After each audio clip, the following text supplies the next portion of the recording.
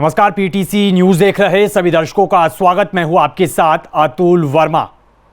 3 दिन पहले हरियाणा के अंबाला के गांव धनियोड़ा में 4 साल का मासूम बोरवेल में गिर गया। करीब 21 घंटे की कड़ी मशक्कत के बाद बच्चे को रेस्क्यू किया गया, लेकिन बच्चे को बचाया नहीं जा सका। अब नई खबरें क्या हैं, सोशल मीडिया पर क्या नया चल रहा है, लोग उसमें मशगूल हैं, है ना? यही तो दस्तूर है आपका और हमारा। क्या बच्चे की जान बचाई जा सकती थी या फिर नहीं? आखिर सिस्टम से किसी ने सवाल पूछा? क्या सवाल पूछना बनता था? आखिर 4 साल के मासूम बच्चे की मौत का जिम्मेदार कौन है? क्या ऐसे हादसों को रोका जा सकता था या फिर नहीं? लापरवाही पर कोई कार्रवाई होती है या नहीं?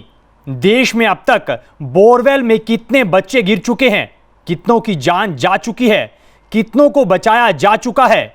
बोरवेल से जुड़े नियम और गाइडलाइंस क्या हैं? सवाल बहुत सारे हैं और आज की इस वीडियो में इन्हीं सवालों का जवाब जानने का हम प्रयास करेंगे ताकि सटीक जानकारी आम और खास तक पहुंच सके।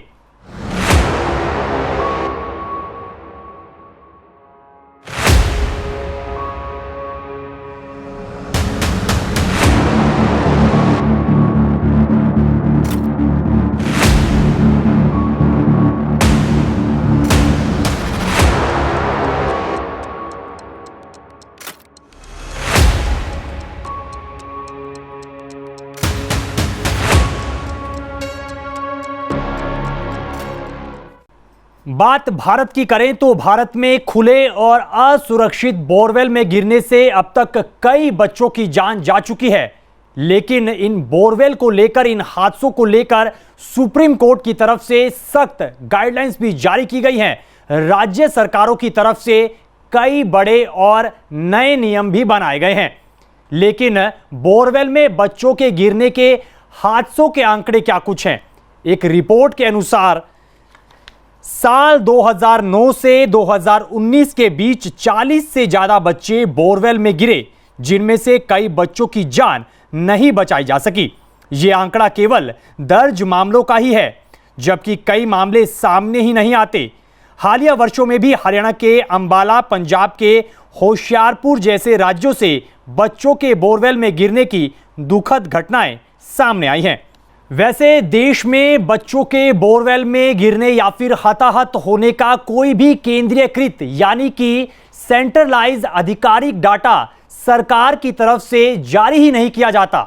जी हां, आप ये सुनकर बहुत हैरान होंगे, लेकिन विकिपीडिया और कुछ मीडिया रिपोर्ट्स की माने तो साल 2006 से अब तक करीब 50 से ज्यादा बच्चे बोरवेल में गिर चुके हैं, जिनमें से 40 बच्चों की दर्दनाक मौत भी हो चुकी है। ज्यादातर बच्चों की मौत बोरवेल में ठंड लगने, गिरने या फिर ज्यादातर चोट की वजह से ही हुई है।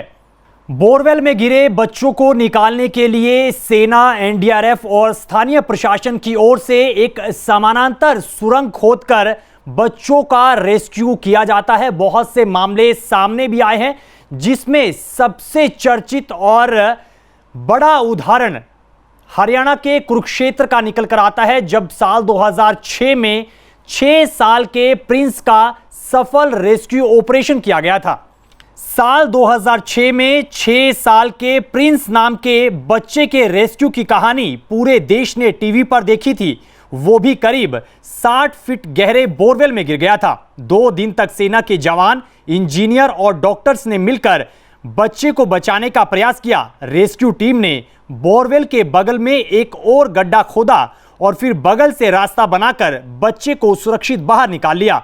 उस समय यह रेस्क्यू पूरे देश के लिए एक उम्मीद की मिसाल बन गया था। लोगों को लगा था कि अब ऐसा हादसा दोबारा होगा ही नहीं, लेकिन ऐसा नहीं हुआ।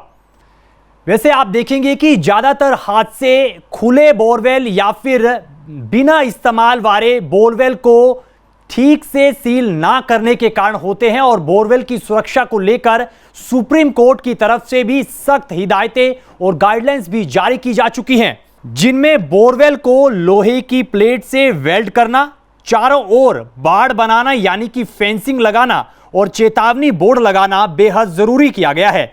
नियमों की अनदेखी के कारण ही अक्सर ऐसे मासूम बच्चे इन मौत के कुओं में समा जाते हैं।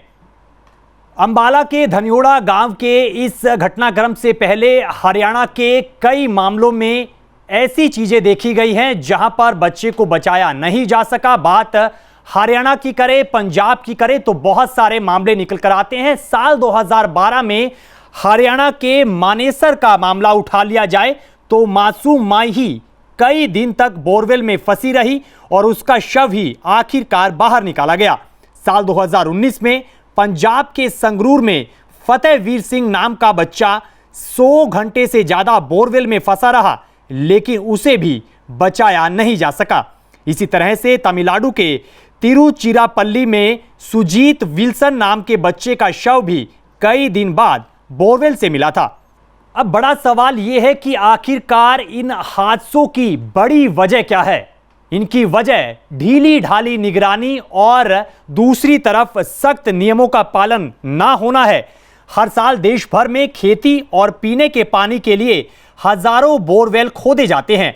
जब बोरवेल से पानी निकलना बंद हो जाता है तो उसे अक्सर अनदेखा कर दिया जाता है और बंद करने की बजाय वैसे के वैसा ही खुला छोड़ दिया जाता है।